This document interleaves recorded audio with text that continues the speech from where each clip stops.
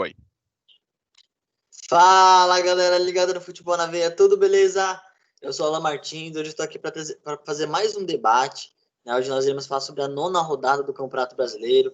Eu estou aqui com o Thiago Abreu e com o Herbert, né? E nós iremos falar de alguns jogos que aconteceu nessa noite de quarta-feira, né? Nós iremos debater, né, os resultados, como foi o desempenho de cada equipe, né? Iremos dar o destaque principalmente para o duelo entre São Paulo e Red Bull Bragantino, né, que acabou ficando no empate. Bom, galera, já eu quero rolar a bola aqui, né, para a gente começar o nosso debate.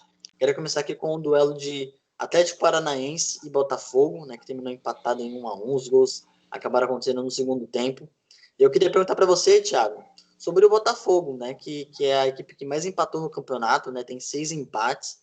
E o Botafogo é um time que eu avalio com um esquema tático bem equilibrado, um time bem interessante, que tem um estilo de jogo realmente bem definido, né? Um time que conseguiu ganhar do Atlético, mesmo levando muita pressão, foi um time que conseguiu ali saber jogar contra o forte time do Atlético, né? Conseguiu também parar o time do Flamengo, né? Conseguiu quase conseguindo uma vitória também contra o Flamengo, né? E nas últimas 2 rodadas jogando fora de casa, estava em vantagem, né? Poderia ter vencido esses 2 jogos, mas acabou deixando, né, 4 pontos aí no meio do caminho. É claro que jogando fora de casa, você empatar é importante nesse campeonato, mas queria que você falasse, né, sobre esses 6 empates do Botafogo nesse campeonato até então. É muito empate, né? Olhando o jogo na visão pelo Botafogo, o jogo em si foi um jogo muito sonolento no primeiro tempo, né? A emoção ficou para o final com os pênaltis, com o VAR em ação, né? Novamente, né? Eu acho que o VAR vai ser falado aí nas 38 rodadas. O VAR ele tá sempre em ação em alguns lances polêmicos, principalmente nos lances que são nos finais do jogo, lances capitais que podem decidir um resultado, como por exemplo o Inter e o Palmeiras, né? Que foi o lance do pênalti no finalzinho do jogo. O Botafogo é um time que empata muito e aí tem um perigo para os times que empatam demais. Os times que empatam muito são os times que vão brigar para não cair. Porque por mais que pode parecer que o time não perde, mas ele não ganha. E aí o time lá do Z4 perde 3 e ganha 2, faz 6 pontos. O time que empata 5 vezes, ele faz 5. E aí vai um ponto para cá, um ponto para lá, e os confrontos diretos acaba decidindo. Eu acho que o elenco do Botafogo é um elenco que poderia estar dando mais frutos, né? Tendo resultados melhores, por mais que o time não perca, mas também não ganha, né? Esses empates vêm prejudicando o Botafogo. Então, ir na Arena da Baixada e você conquistar um ponto é um resultado bom. Porém, vamos olhar a situação do jogo, vamos olhar a situação do Atlético, que não está numa situação boa, e vamos olhar uma outra coisa, não tem torcida. Então, hoje em dia, os campos não tem mais aquele fator torcida.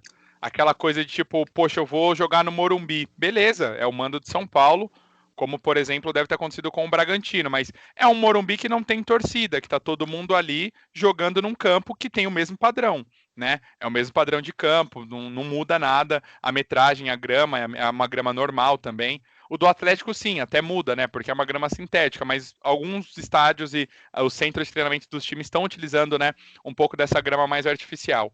Então, o torcedor do Botafogo tem que ligar um sinal de alerta, porque time que empata muito é time que vai brigar para não cair. Legal.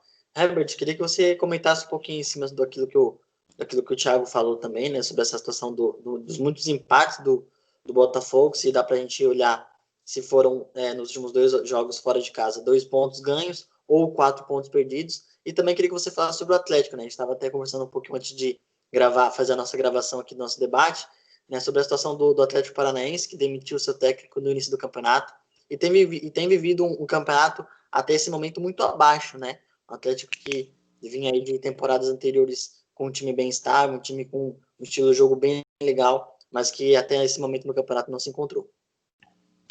Então, começando pelo Botafogo, né? O Botafogo, para mim, olhando o pré-jogo, o pré-campeonato, eu acreditava que o Botafogo ia brigar lá embaixo. Ia brigar lá embaixo, ia ser mais um campeonato sofrível do Botafogo. E eu vejo tanto o Botafogo como o Vasco entregando mais do que eu esperava. Todo mundo voltou da parada do futebol pior. E acho que Botafogo e Vasco voltaram melhores. O Vasco ainda um pouco mais. Mas o Botafogo eu acho que está superando as suas próprias dificuldades. Por mais que tenha sofrido para ganhar do Atlético Mineiro, o Botafogo jogou dentro de casa, dentro das suas limitações, mas conseguiu vencer. O Flamengo, por exemplo, não conseguiu vencer o Atlético Mineiro. São pontos importantes para o Botafogo.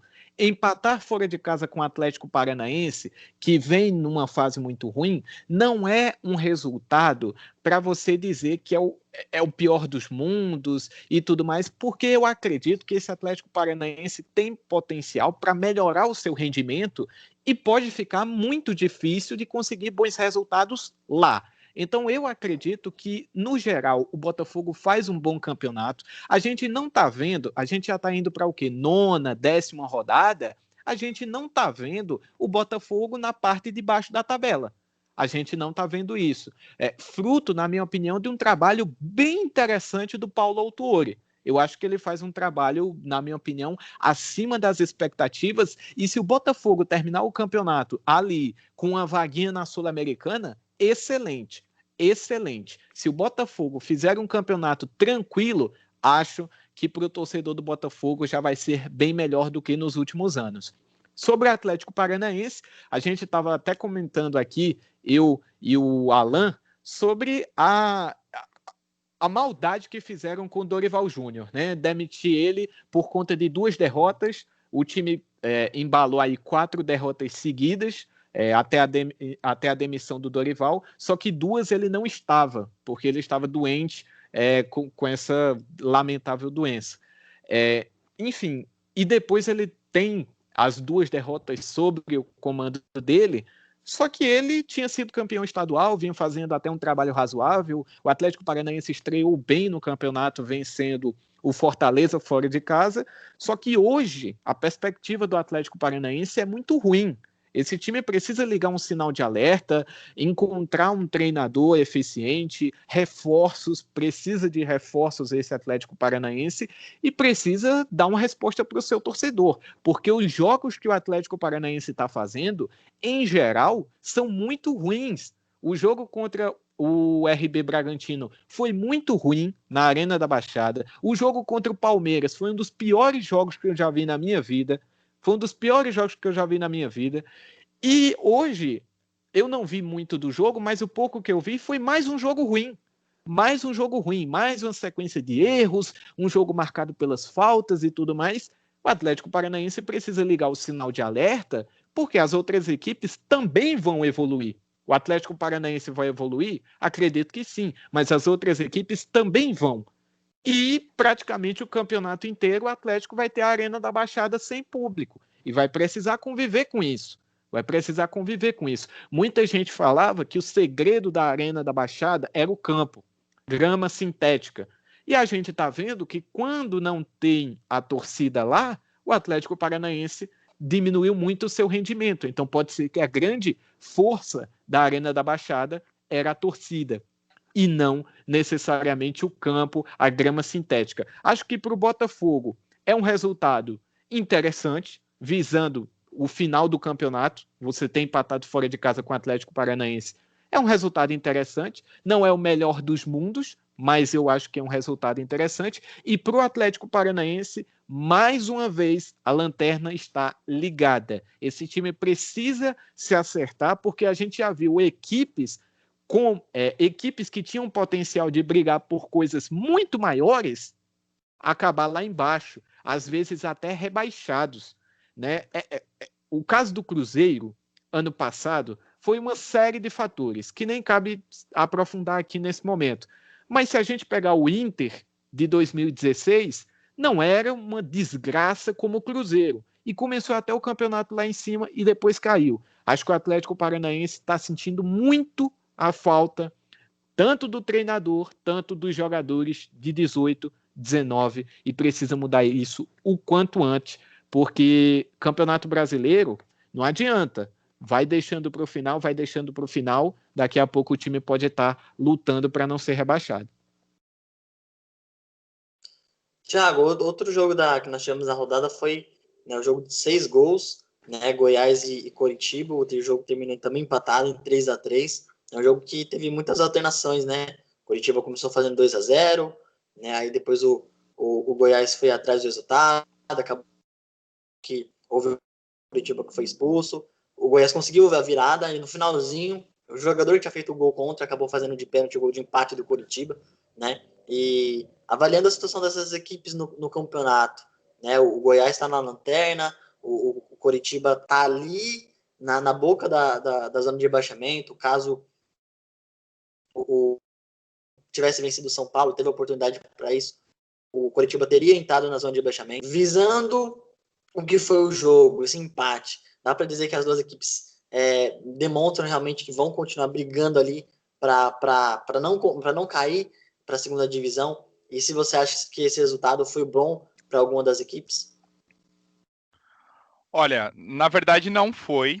É um campeonato muito maluco. Eu juro que ano passado eu já podia te dizer um dos times que ia cair e eu ia acertar. Só que hoje, quando eu olho a tabela, tenho medo. Por quê? Porque o próprio Goiás que você citou, ele tá na lanterna, mas ele tem 2 jogos a menos. Se o Goiás, numa hipótese, vence esses 2 jogos, ele acaba indo para oitavo, por exemplo, ali onde está Fluminense, onde está o próprio Fortaleza, né? O Fluminense está jogando agora nesse momento. Então, um campeonato muito maluco, né? Que do primeiro até o Lanterna são 12 pontos de diferença. Lembrando que o Lanterna tem 2 jogos a menos e o vice-lanterna também. Curiosamente, os 2 times de Goiás. O que eu posso garantir é que o Goiás, desde o começo do campeonato, ele demonstra sinais de que ele não vai conseguir sair dessa lanterna, né? Foram os casos de Covid que impediram o time de jogar a primeira partida. E assim, para um time que é líder, quando ele tem uma partida a menos, é bom. Para quando você está na zona de rebaixamento e tem partidas a menos, é ruim. Porque você vai entrar com pressão, né? Por exemplo, hoje o Goiás enfrenta um São Paulo, que a gente vai falar daqui a pouco, que perdeu a chance de conquistar a liderança, mesmo que momentaneamente, enquanto o Internacional não joga, vai enfrentar um São Paulo que é um dos melhores times do campeonato. Então, na primeira rodada, o jogo do São Paulo e do Goiás não seria esse jogo de campeonato. Não seria esse jogo que, por exemplo, o São Paulo teria mais supremacia. É uma rodada inicial, tá todo mundo ali vendo como que vai ser o Campeonato Brasileiro dessa forma, e o Goiás poderia sim ganhar dentro de casa do São Paulo. Hoje não. Hoje a probabilidade é o São Paulo ir até o Serrinha, né, que é onde o Goiás está mandando seus jogos, e vencer. E para o Coritiba, é aquele sinal de alerta também, né? O Coritiba já demitiu o técnico no começo da temporada, né? Após o tropeço em Itaquera contra o Corinthians. Então já é um time que já tem uma troca de treinador. Então eu vejo os 2 times, apesar desse jogo maluco, né? Até para falar do jogo, que olha como uma expulsão, uma irresponsabilidade pode acarretar no andar, né? O Coritiba estava super bem. Tava super bem até o William Matheus colocar o bracinho dele na bola, sofreu o pênalti 2-1 e aí depois tiver a expulsão. Né, o time teve um ânimo, né, na volta do intervalo e conseguiu fazer todo esse jogo maluco que ficou 3-3. Eu acho que para o Goiás é o maior sinal de alerta. Hoje o time não é porque ele está na zona de rebaixamento e é o lanterna, ele tem 2 jogos a menos, mas desde o começo ele vem mostrando que ele é um time que precisa se preocupar.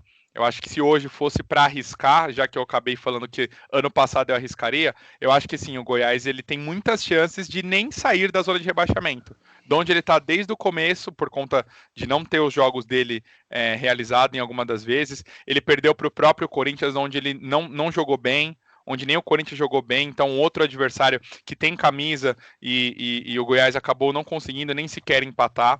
Então o time do Goiás ele demonstra em campo que não é um time tão competitivo, que é um time que sofre com carências técnicas. O Rafael Vaz, que é o capitão, hoje também já fez lambança, enfim. Eu acho que para os 2 times é o sinal de alerta, para o Coritiba um pouco menos. Eu gosto do time do Coritiba, acho que tem alguns jogadores interessantes, né? O Sassá, enfim, toda esse folclore que tem em cima do Sassá. O Matheus Galdesani eu acho um ótimo volante. Pro nível do Coritiba, eu acho muito. É um time que não tem uma defesa sólida. O Tadeu, que ano passado foi o Tadeus, hoje não tá o Adeus, né? O Tadeu não tá conseguindo render o que ele rendeu, talvez até por conta também, né, do próprio time. Time ruim, às vezes consagra goleiro ruim por conta das defesas que ele precisa fazer. Mas também time ruim, se o goleiro não estiver em boa fase, não vai ter jeito. Ele vai acabar também afetando a vida do goleiro. Então, acho que talvez para o Coritiba um bom jogo. A infelicidade de ter começado o jogo muito bem, dominando a partida, causar o pênalti para o adversário, ter um jogador a menos. Eu acho que foi uma infelicidade. O Coritiba poderia ter saído com os 3 pontos, mas não precisa ligar o sinal de alerta, que eu acho que o Coritiba não corre riscos de ir para a zona de rebaixamento ou sequer cair. Agora o Goiás é um time que vai brigar para permanecer na Série A e somente isso. Herbert, são duas equipes que mudaram de técnico, né? Tanto o Goiás quanto o Coritiba já tiveram suas mudanças iniciais no comando técnico, né? E queria que você comentasse aquilo que é a sua expectativa para essas duas equipes, né? Tanto para Goiás quanto para Coritiba. E falasse também sobre o resultado desse jogo, né? Assim como o Thiagão falou, o Coritiba conseguiu fazer um 2-0 que seria muito bom para a equipe, que certamente o Goiás teria muita dificuldade para buscar até mesmo um empate. E aí alguns lances de infelicidade do jogador do Coritiba, que acaba fazendo pênalti, tomando o cartão e depois sendo expulso, e acaba comprometendo todo o andamento da partida da equipe.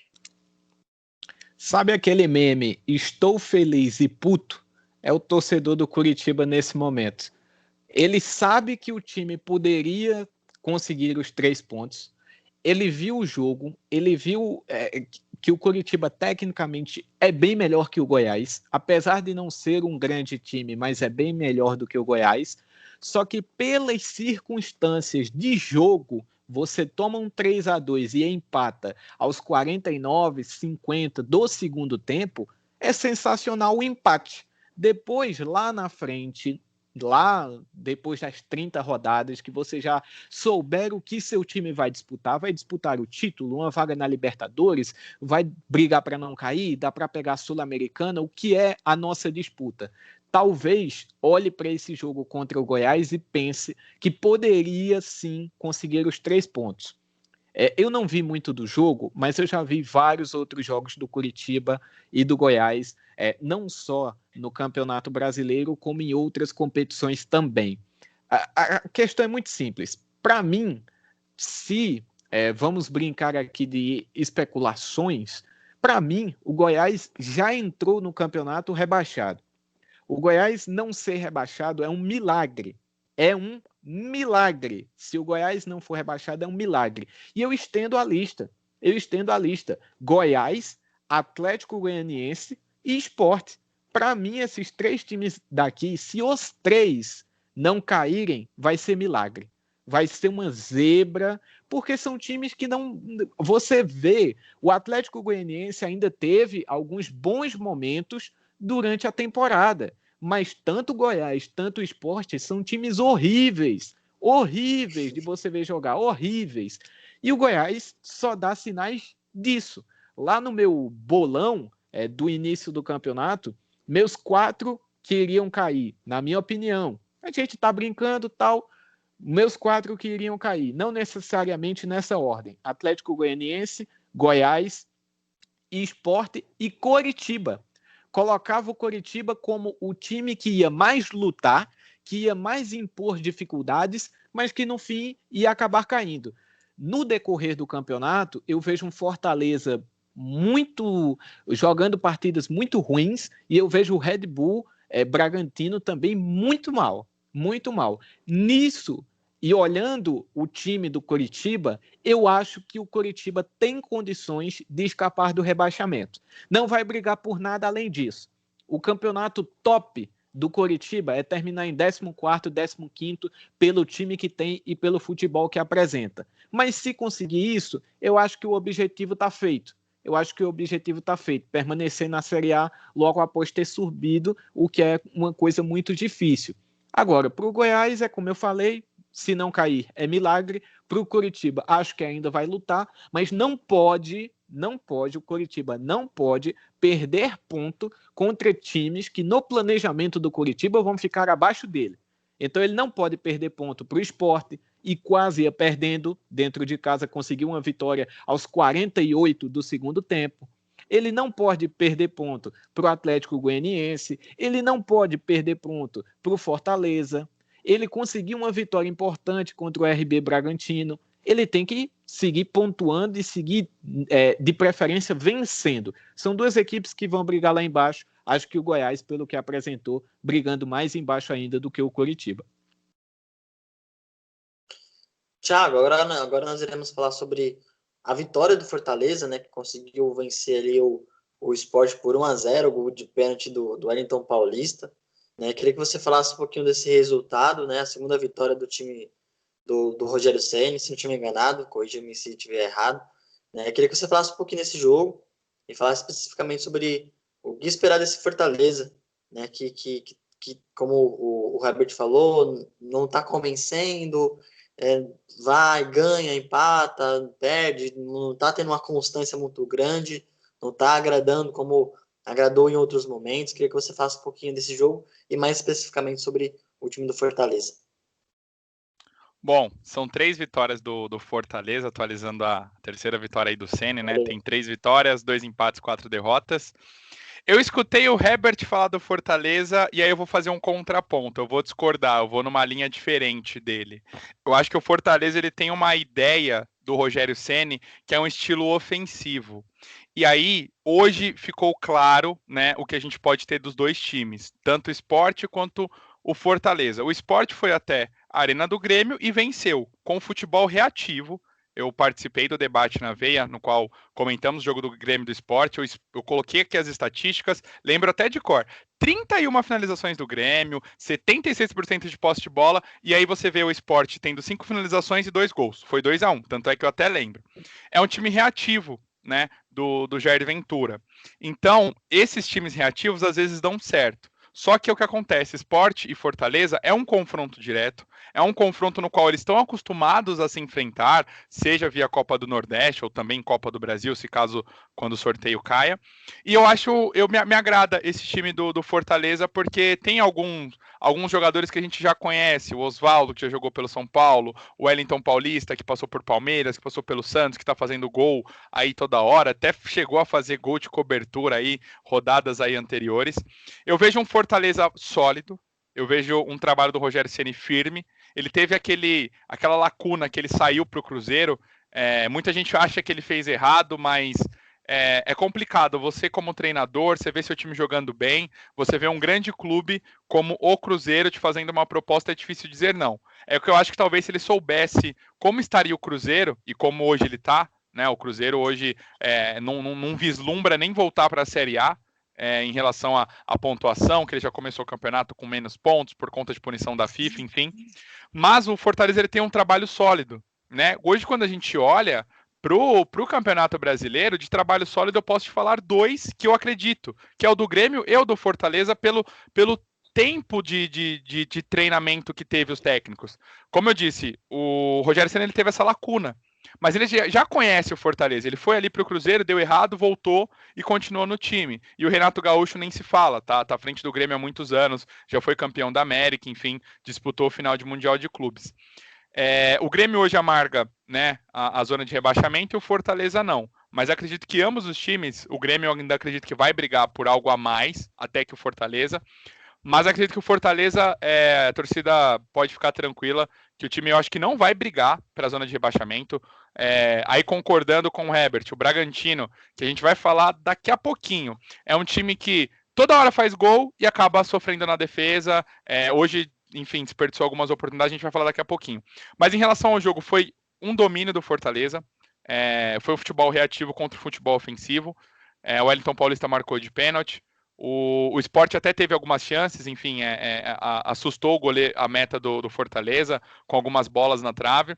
Para o Sport, ele está com uma pontuação bacana, mas é um outro time também que eu vejo com um sinal de alerta. O campeonato ainda está começando, então você vê times como Grêmio na zona de rebaixamento, Corinthians na 12ª posição. Você sabe que esses times, né, quando eles começam a engrenar, eles não param pela camisa. Então o Sport já cairia mais 2 posições. Tem o próprio Bahia que sempre apresenta algum bom futebol. O Botafogo que comentamos. O Atlético Paranaense, esse sim, é outro que a gente liga a sirene ali, porque a gente comentou. O Coritiba um pouco ali também, mas eu acredito que o Fortaleza não vai brigar com o Bragantino, com o Atlético Goianiense, com o Goiás e nem com o próprio Sport contra, né, a zona de rebaixamento. Mas do jogo foi para mim um domínio, né, do Fortaleza, mereceu vencer, poderia ter empatado, como eu disse, o Sport agrediu a meta a adversária, com bolas na trave, levou algum perigo, mas o time do Fortaleza, pela ideia do Rogério Ceni, eu acho que é um time que tem vitórias e tem derrotas. Você pode até ver que o Fortaleza ele tem apenas 2 empates, então é um time que vai dos extremos. E é melhor ser assim do que um time como o Botafogo. Hoje o Botafogo está na 14ª posição. E a diferença é que o Botafogo perdeu bem menos do que o Fortaleza e outros clubes, e mesmo assim está com menos ponto. Então acredito que o Fortaleza vai fazer um bom campeonato. Não acredito que vai ficar entre os 10, mas 13º ali, acho que é uma posição que dá para ficar tranquilo a torcida do Fortaleza. Em relação ao esporte, é isso. O jogo reativo, às vezes, ele dá certo. Às vezes ele te mantém na Série A, ele já levou clubes como o Corinthians a ganhar campeonato, a disputar campeonatos, mas aquilo que eu digo, o jogo reativo, ele funciona em algumas vezes, mas a probabilidade do jogo reativo dar errado, ela é enorme. Funcionou semana passada com o Grêmio, já não funcionou contra o Fortaleza nessa semana. Então, para o esporte, para o time do Jair, eu vejo um problema com esse futebol reativo. Uma coisa é você jogar contra times grandes, você vir até o Independência, você for até o Mineirão e enfrentar o líder, enfrentar um dos melhores times do São Paulo, ok. Mas outra coisa é um time que você está brigando diretamente ali, que é da sua região, e você ficar com esse esporte, com esse futebol reativo, né? Abdicar da bola, apostar mais no contra-ataque. É óbvio que os treinadores devem fazer o que eles acham melhor para o elenco deles. Porém, para o futebol que estamos vendo hoje, pela filosofia, todo mundo quer sair jogando com a bola, querendo ou não, já comentei aqui, vou sempre deixar claro. Eu acho isso uma bobice, porque tem time que não tem qualidade para sair jogando bola com zagueiro. Eu acho uma bobice. Uma coisa é o Guardiola fazer isso com Piquet, com Puyol, com Rafa Marques, com Xavi, com Busquets, com Iniesta. Outra coisa é você querer fazer isso com Rafael Vaz, você querer fazer isso com Pedro Henrique, sabe? Você querer fazer isso com outros jogadores. Isso é uma outra história. Então acho que o time do Fortaleza ele tá bem ajustado ali, tem o próprio Paulão, que eu também acho não um dos melhores ali também para sair jogando, mas o Rogério Ceni vem fazendo um bom trabalho. Acho que o Fortaleza não tá nem em ascensão nem em decadência do campeonato. Para o Fortaleza é isso, perder, ganhar e ficar no meio da tabela.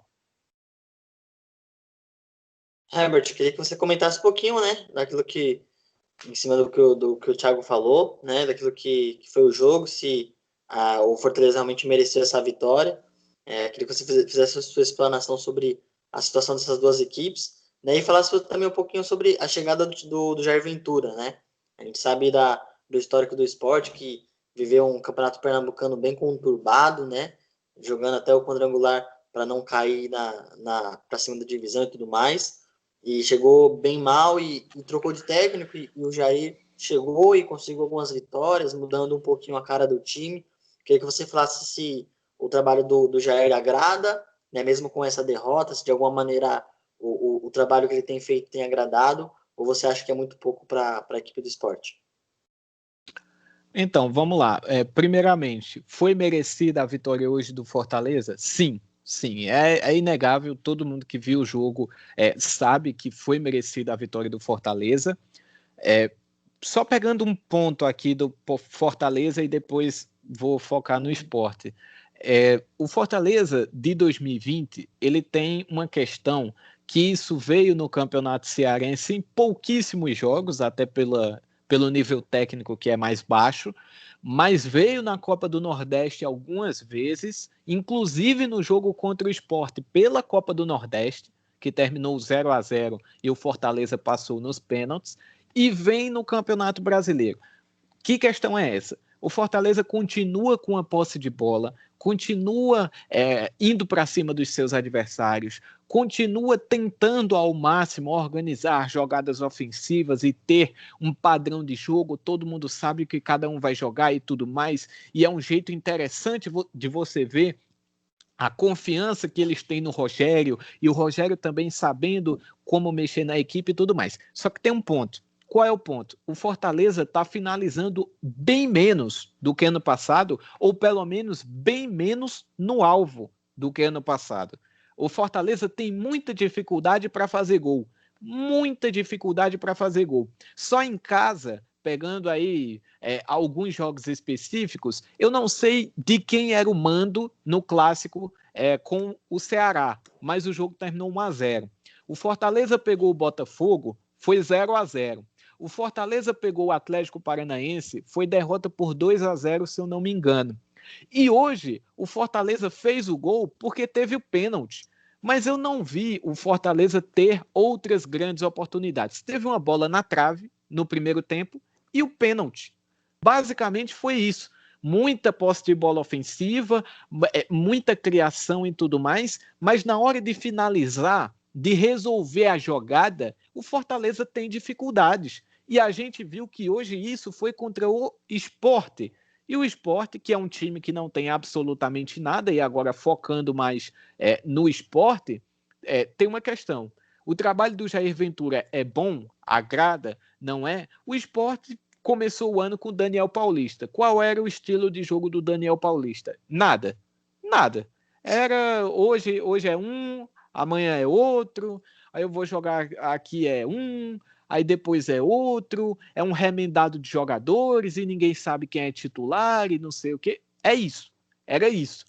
Do nada, que quase levou o Sport a um rebaixamento inédito no Campeonato Pernambucano, que seria a maior vergonha da história do Sport, do nada, para um treinador que a gente sabe que vai colocar o time para jogar na retranca, pelo menos a gente já sabe o que esperar.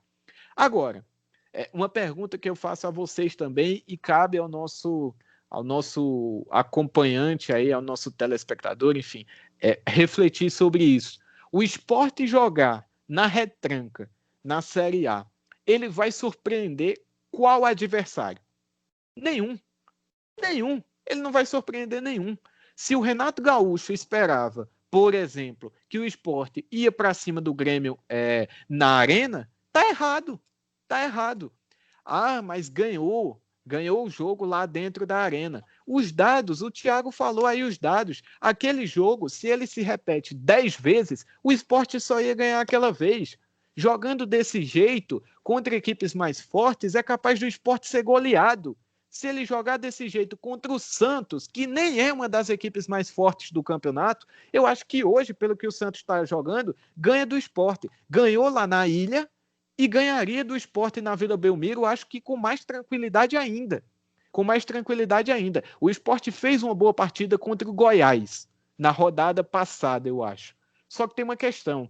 O Goiás é o pior time do campeonato, na minha opinião. Aí é meio que uma obrigação de times que foram pau a pau. E o Sport ganhou o jogo por 2-1 só. Não foi uma goleada. Então o Sport ele tem muitas dificuldades. Foi uma formação de elenco complicada. O clube passa por uma crise financeira. O treinador, todo mundo sabe que vai colocar o time para jogar na retranca. E nessa retranca, acredito eu, que não vai surpreender a ninguém. Todo mundo já espera. Vou dar um exemplo. Flamengo e Sport. O Sport vai na retranca.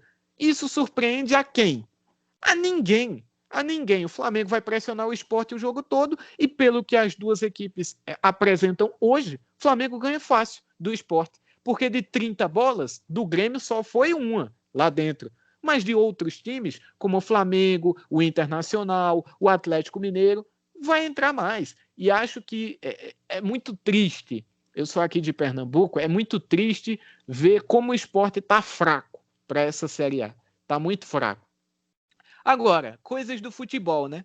O Fortaleza ele teve tanta dificuldade de criar grandes chances, principalmente no segundo tempo, que o Sport ainda colocou uma bola na trave, uma bola no travessão no final de jogo, apenas com a jogada que o Sport conseguiu levar algum perigo para o Fortaleza, que foi a bola parada. O Sport teve ali 2, 3 chances no jogo bem perigosas, né, para o Fortaleza, chances aí que o Sport, por muito pouco, não conseguiu empatar o jogo, todas na bola parada. Quando não, no geral, o Sport tem ali uma boa subida do Patrick, e é isso. É um time que vai brigar lá embaixo, como eu já falei antes. E no caso do Fortaleza, acho que o Fortaleza precisa render um pouco mais e principalmente tentar resolver suas jogadas mais vezes, chutando mais a gol, pressionando mais o adversário. Esse tipo de jogo é muito perigoso. O Sport, talvez se fosse uma equipe um pouquinho mais forte, poderia ter conseguido o empate hoje no final do jogo, porque o Fortaleza, depois que fez o gol, deu uma recuada bem complicada ali, até deu uma estranhada, porque o Sport não é esse time que vai obrigar o Fortaleza a dar essa recuada, mas o Fortaleza recuou claramente, na minha opinião, para segurar o resultado, só que aí esse tipo de coisa não dá para acontecer. Qualquer time que jogar contra o Sport tem que ir para cima os 90 minutos. Acho que o Fortaleza precisa melhorar muito mais. E aí o Thiago falou sobre um 13º, 14º lugar. Tem um ponto aí. Para ele ficar em 13º, 14º, 13º, por exemplo, tem que ter 7 equipes abaixo dele. Eu não sei se tem 7 equipes jogando pior do que o Fortaleza, entendeu? Eu sei que no potencial, o Fortaleza tem potencial para fazer um campeonato assim, com as peças que ele tem e com o trabalho que o próprio Rogério já fez. Agora, pelo que está jogando, eu tenho um certo receio sobre essa equipe do Fortaleza. Acho que dá para evoluir, acho que o Rogério já provou várias vezes que ele consegue encontrar algumas soluções que nesse momento ele parece não estar encontrando mais. Perfeito. Bom, galera, até agora nós já falamos aqui de 3 jogos, né, nessa noite de quarta-feira. Falamos do empate entre Atlético Paranaense e Botafogo. Falamos de outro empate, né, o empate entre as equipes alviverdes, né, o Goiás contra o Coritiba. E falamos agora também da vitória do Fortaleza por 1-0, né, sobre o Sport, gol de pênalti do Wellington Paulista. E por falar em pênalti, vamos falar da última partida que tivemos, né, nesse debate que nós estamos falando, que é do empate, né, de São Paulo contra o Red Bull Bragantino, né? Já vou passar a bola aqui para os nossos comentários para que a gente possa ser um pouquinho mais sucinto, né? Quero fazer algumas perguntas a mais para a gente dar uma enfatizada nesse jogo, para a gente conseguir fazer um bate-bola mais rápido, para a gente conseguir fazer um debate bem legal. Tiagão, queria que você falasse sobre esse jogo, né? Um empate que, de certa forma, surpreendeu, porque o São Paulo vinha de uma vitória aí, o São Paulo tem, de certa forma, surpreendido um pouquinho nesse campeonato, tem conseguido vencer, né, algumas partidas, poderia ter chegado à liderança do campeonato, né, pelo menos dormir na liderança do campeonato nesta noite, e dentro de casa acabou empatando, né, com uma equipe que está na zona de rebaixamento, que até se espera algo a mais do Red Bull Bragantino, porém uma equipe que não tem demonstrado tanta força assim no campeonato. Então eu queria que você falasse sobre o resultado, olhando principalmente da perspectiva do São Paulo. Bom, na perspectiva de São Paulo, eu acho que até saiu barato, né, esse resultado devido aos pênaltis perdidos pelo Bragantino. A gente tem uma cena um pouco cômica, né, do técnico Fernando Diniz se dirigindo ao seu jogador depois de fazer o pênalti, né? Então acho que para o São Paulo acabou saindo até barato o empate por conta dessas oportunidades que o Bragantino teve. Achava que o São Paulo ia vencer. Achava que o São Paulo ia vencer o Bragantino. O Bragantino é um dos times que mais perdeu no campeonato. Só venceu uma partida no campeonato. Não vem jogando bem. O que o Herbert falou, tem 7 times pior que o Fortaleza, um deles é o Bragantino, certeza absoluta. O Bragantino, ele tá pior. Eu não esperava que o Bragantino estaria dessa forma, na zona de rebaixamento. É um time, como eu disse, faz gols, só que toma, só que leva, sempre leva um empate, e quando tem a oportunidade talvez de fazer um 2-0 e talvez ficar ali tranquilo no resultado, acaba perdendo o pênalti, sofre o empate, enfim. Então, na perspectiva do Bragantino, é um sinal de alerta muito grande, porque o Bragantino não perdeu para nenhum clube grande. O Bragantino, bom, né, de lá para cá, da pausa da pandemia, o Bragantino também não está conseguindo mais fazer aquele futebol que a gente talvez achou que na Série A seria o suficiente para manter na Série A. Talvez, não sei se a camisa do time pesa, enfrentando times que já conhecem esse campeonato. Como eu disse, é um campeonato longo, 29 rodadas. Na perspectiva do São Paulo, 2 pontos perdidos, embora que eu disse, ficou barato por conta da perspectiva do jogo, mas antes de você olhar para o jogo, é o jogo para você fazer 3 pontos, é o jogo para você ir a 19 pontos e ali pegar e acabar esperando o que o Internacional vai acabar fazendo. Então, para o São Paulo foi um péssimo resultado. Diante do cenário do jogo, tá bom, o empate acabou não perdendo. Para time que tá lá em cima, é importante estar pontuando toda hora. Para time que tá lá embaixo, só o empate não ajuda, como eu falei do Botafogo. Então, pro São Paulo, esse resultado foi péssimo. Herbert, queria que você falasse, né, desse Bragantino que realmente tem trazido uma frustração para muitos que esperavam realmente uma equipe competindo em alto nível, né? Uma equipe que pudesse ali brigar para o meio de tabela e pensar em alguma coisa a mais no campeonato. É claro que é início de projeto, né? A equipe está aí há um ano praticamente aí com a parceria, está ainda no início de um projeto, de uma nova ideia.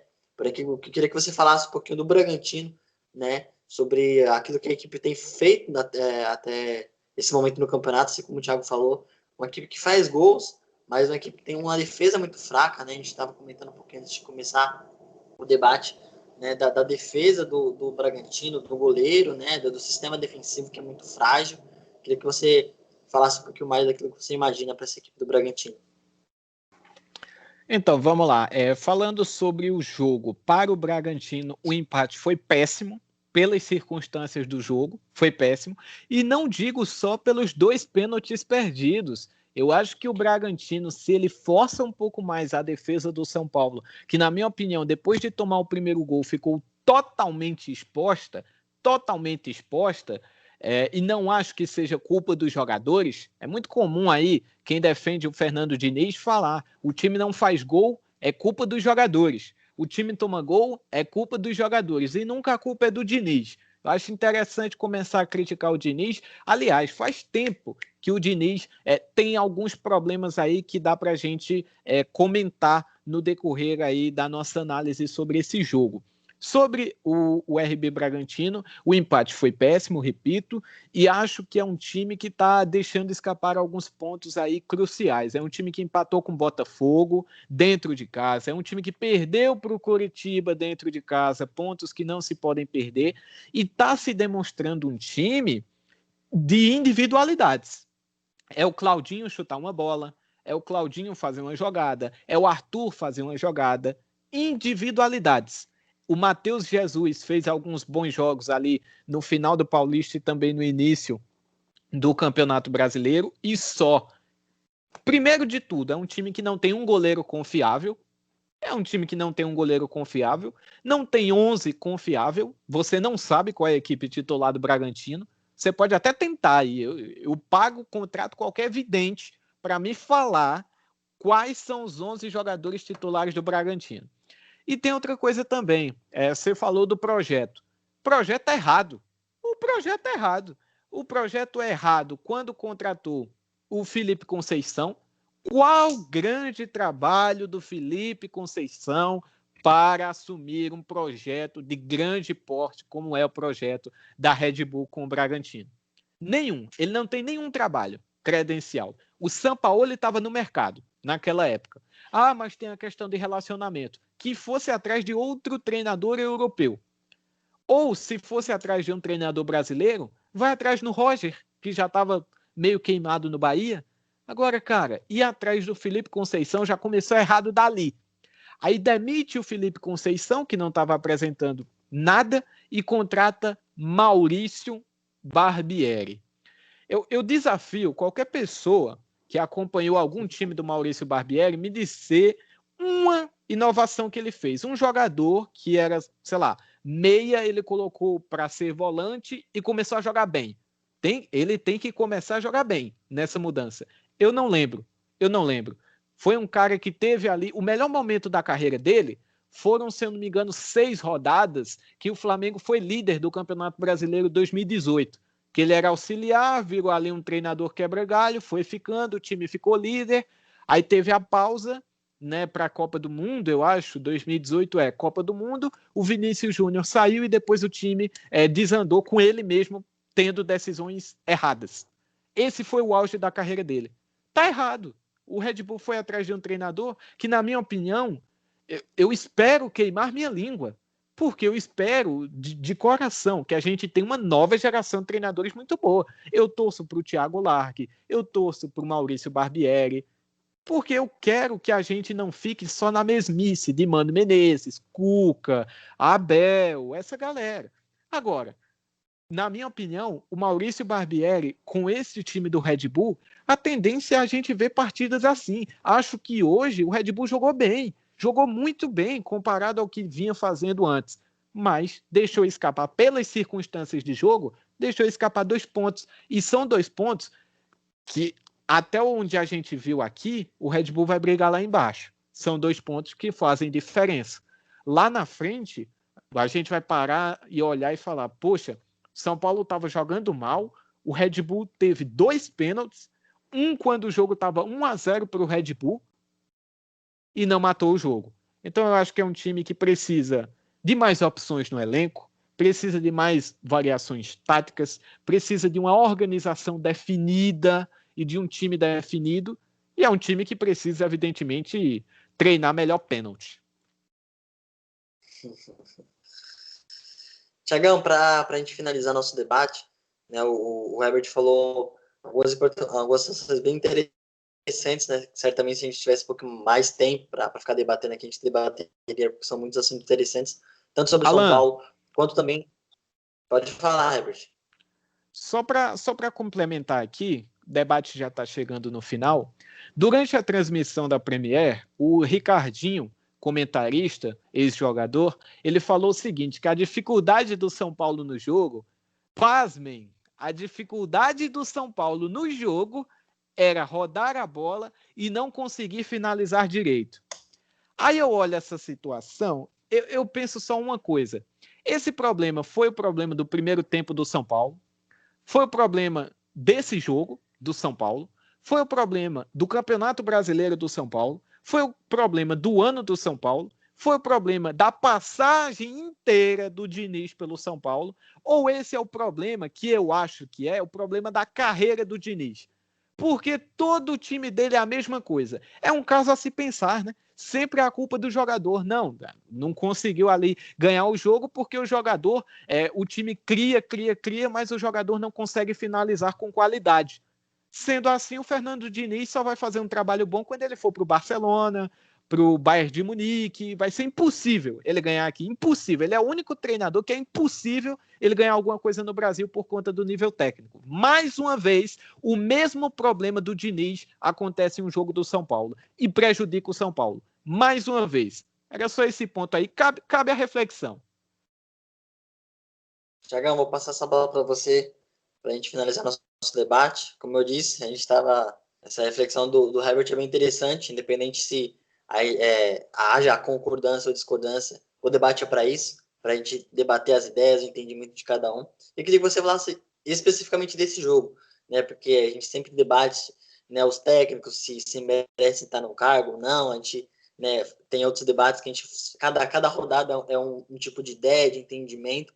Mas queria que você falasse em cima daquilo que o Herbert falou, mas mais especificamente olhando esse jogo, né? Um São Paulo que, na minha visão, cruzou muitas bolas, né? Optou muito por jogadas laterais e cruzamentos para jogadores que não são tão específicos em bolas aéreas, né? Queria que você falasse também sobre a escalação do Gabriel Sara, por exemplo, que foi um cara ali que errou muitos passes no primeiro tempo, um cara que já no jogo passado havia sido substituído e o São Paulo no segundo tempo conseguiu a virada sobre o Fluminense, né? E ele também foi substituído com a entrada do Hernanes. Por que o Fernando Diniz, por exemplo, não colocou o Hernanes, que é um cara que tem uma capacidade que a gente não precisa ficar explicando aqui, né? Queria que você fizesse uma análise, né, desse São Paulo, da escalação do Diniz, como o São Paulo jogou hoje, e se você concorda ou não com essa avaliação do Herbert. É difícil discordar dessa avaliação do Herbert, por conta de tudo que a gente espera do Diniz. Eu acho que um trabalho no Audax é uma coisa, né? O Audax que é da minha cidade, então posso falar com propriedade. O campo é 20 minutos a pé da minha casa, aqui em Osasco.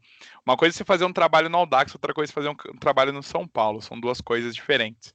E acho que, assim, material humano, poucos treinadores têm com muita qualidade. Eu acho que o Flamengo... Então, com o Dominique, ele tem um material humano bom. O próprio Palmeiras, eu sei que talvez a torcida do Palmeiras fale assim, caramba, toda vez que fala que o Palmeiras... Eu acho o elenco do Palmeiras riquíssimo para trabalho. É que eu acho que ainda não pegou um técnico que fosse capaz de extrair desse time. Porque eu vejo o Palmeiras nos últimos 2 anos com um elenco para ganhar brasileiro. Libertadores? Não sei. É mata-mata. Copa do Brasil? Não sei. Então, será que o Diniz precisa ter um elenco, por exemplo, como o Palmeiras? Será que daria certo?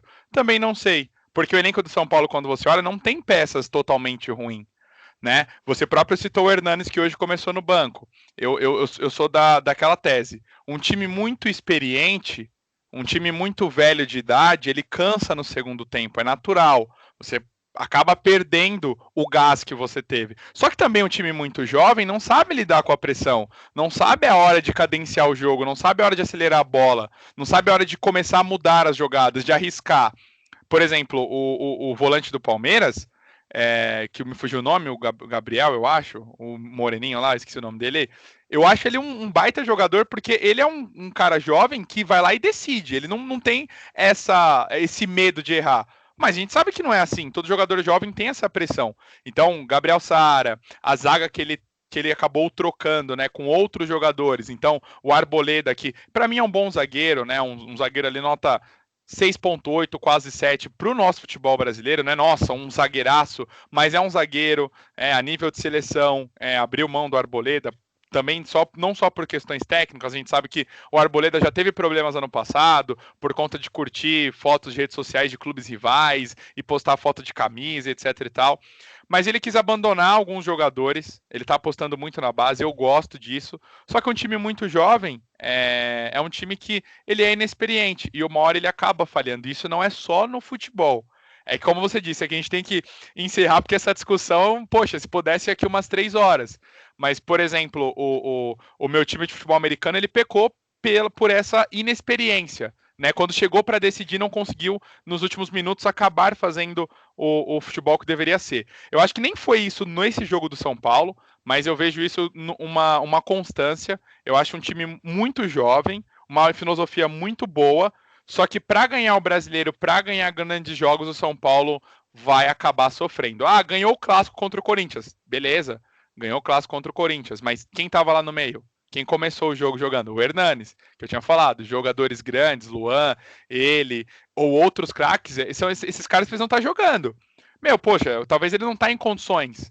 Tá, começa com ele, começa ganhando, começa tendo um meio-campo que você sabe, um cara que sabe passar a bola, um cara que tem toda a experiência, que já jogou no Morumbi por muitos anos. Você abre o resultado e no segundo tempo você coloca o moleque, você coloca o jovem jogador para correr, para talvez fazer o 2-0 para deixar você mais tranquilo.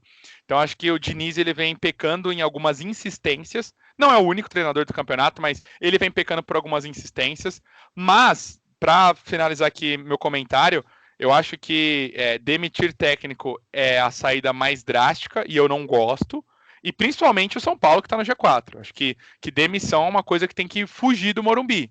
É uma coisa que tem que fugir do Morumbi. Porém, ficar toda hora arrumando desculpas para o trabalho do Diniz dar certo, como o Herbert falou, não dá. Vai esperar treinar o Barcelona, ter o Messi para conseguir fazer um bom futebol? Não dá. Não é a realidade do futebol brasileiro, muito menos do São Paulo e dos clubes paulistas aqui. Bom, galera, esse foi mais um debate na veia. Né? Queria agradecer a participação do Thiago, do Herbert. Né? Valeu, galera, por estar aqui conosco, né? Para a gente fazer esse debate. Né? Ter certeza que foi um debate de muita qualidade. A gente pôde debater, né, esses 4 jogos, né, dessa 9ª rodada do Campeonato Brasileiro. Agradeço a você que nos acompanhou, nos assistiu. Peço que você se inscreva no nosso canal, deixe seu like e ative o sininho para que sempre quando tiver nossos debates aqui na veia, você possa acompanhar nosso debate de alta qualidade, sempre com opiniões fortes e verdadeiras, beleza? Ficamos por aqui, forte abraço, valeu, oi.